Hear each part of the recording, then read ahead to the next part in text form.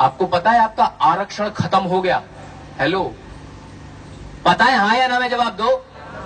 पता है फिर भी चुप बैठे हो? पता है फिर भी चुप बैठे हो? सच्ची बात यह है, पता है लेकिन एहसास नहीं है। एहसास नहीं है। एहसास मैं करा देता हूं। कैसे?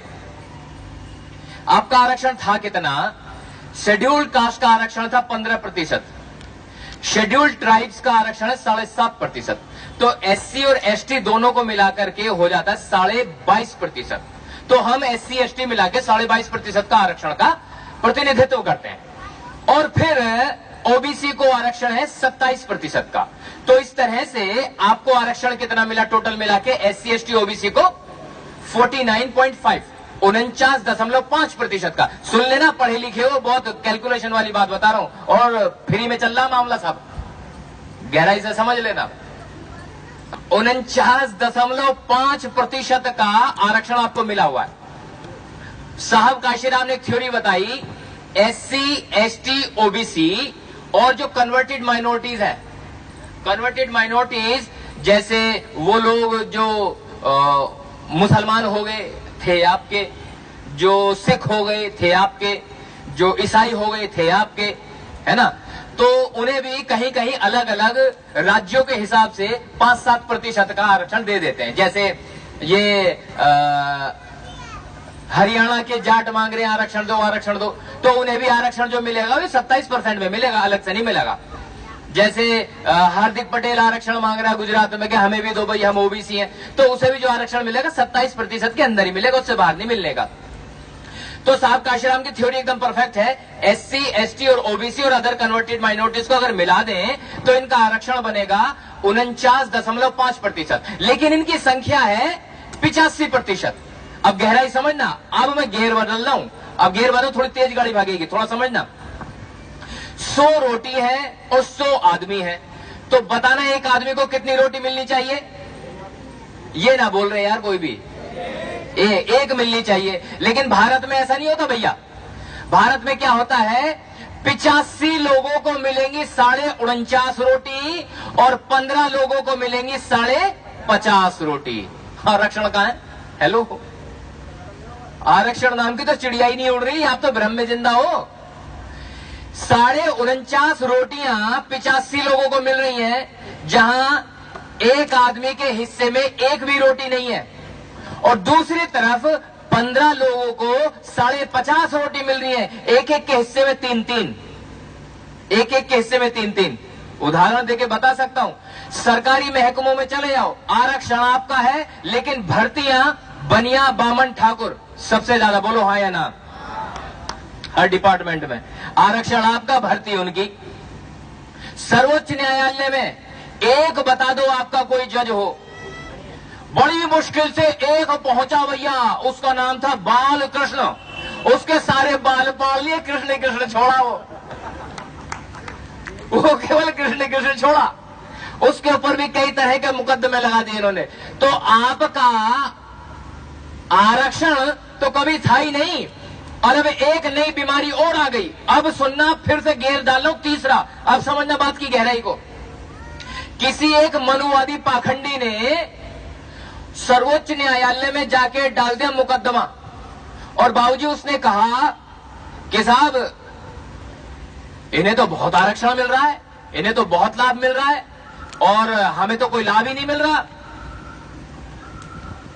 उसने एक हवाला दिया, वो हवाला ये था, वो हवाला समझना, क्योंकि मैं थोड़ा कानूनी बातें समझाना जरूरी समझता हूं। हवाला ये था, जैसे आपका बच्चा है, इस बच्चे के 90% अंक आ गए, नंबर अच्छे आ गए, तो क्या होता था, इसे 15% में से निकाल करके अभी जनरल कैटेगरी में चला जाएगा, तो आपकी एक सीट बच जाती थी, तो किसी गरीब के काम आ जाती थी, किसी भाई के काम आ जाती थी।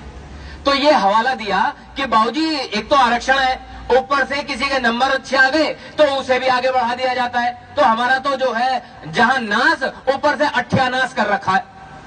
तो साहब सर्वोच्च न्यायालय ने एक आदेश जारी करा। आदेश क्या था उसे सुनना।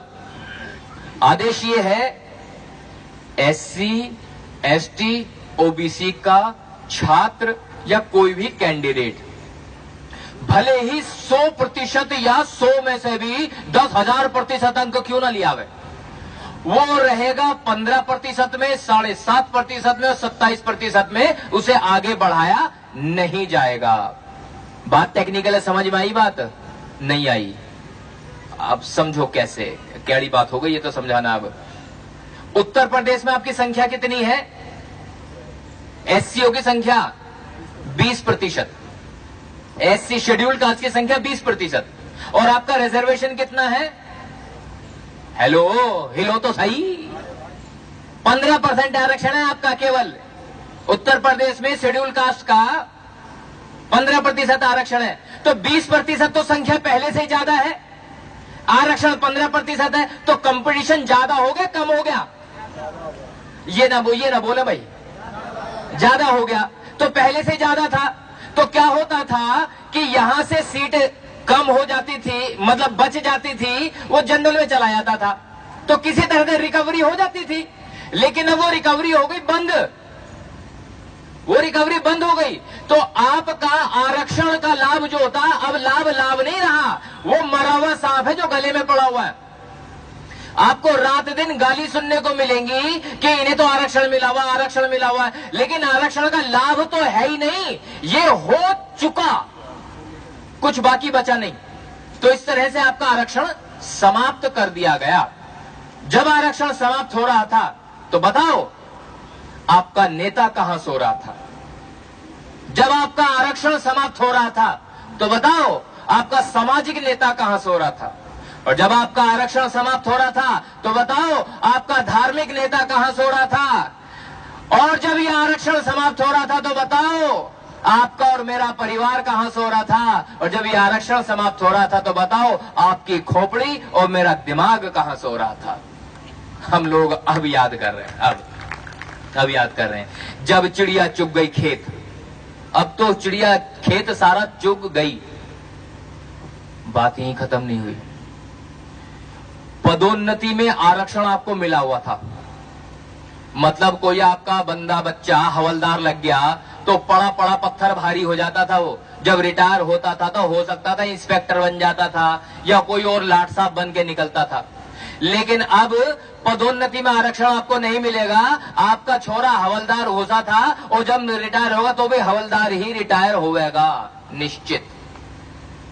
बढ़िया हो गया काम? हेलो, काम बढ़िया नहीं हो, नुकसान हो गया। तो जब ये नुकसान हो रहा था तो आपका नेता कहां सो रहा था?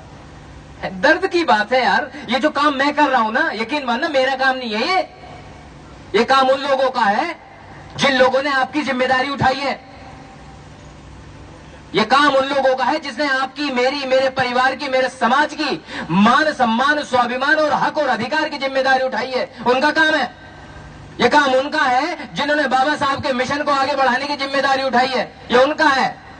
लेकिन क्योंकि समाज तो हमारा ही है ना, तो मुझे लगा कोई बात नहीं, हम ही उठाते हैं, हम ही जाके लोगों को बताते हैं। अच्छा, 3 बात बता दी मैंने आपको। एक, लोकतंत्र की हत्या हुई, आपका वोट का अधिकार आपसे जा रहा है। दूसरा, आपका आरक्षण खत्म हुआ। तीसरा, पदोन्नति में आरक्षण खत्म हुआ। पदोन्नति में आरक्षण का एक उदाहरण और रह गया। जब कोर्ट का आदेश आया, सुप्रीम कोर्ट का आदेश आया, तो पता है क्या हुआ? जो A+ अधिकारी था वो A ग्रेड में आ गया, तनख्वाह भी घट गई। और जो A ग्रेड अधिकारी था वो B ग्रेड में आ गया, तनख्वाह भी घट गई। जो B ग्रेड का अधिकारी था वो C ग्रेड में गया।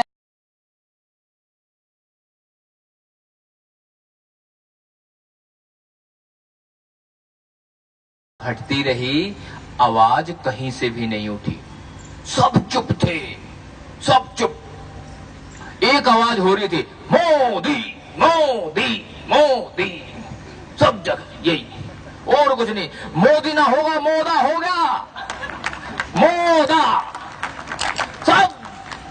सब जगह हल्ले हो रहे, सब जगह। हमारे सारे नेता सो रहे, कोई नहीं जागा। मतलब ये हुआ, हमारा मुंह पिटता रहा और हम चुप रहे।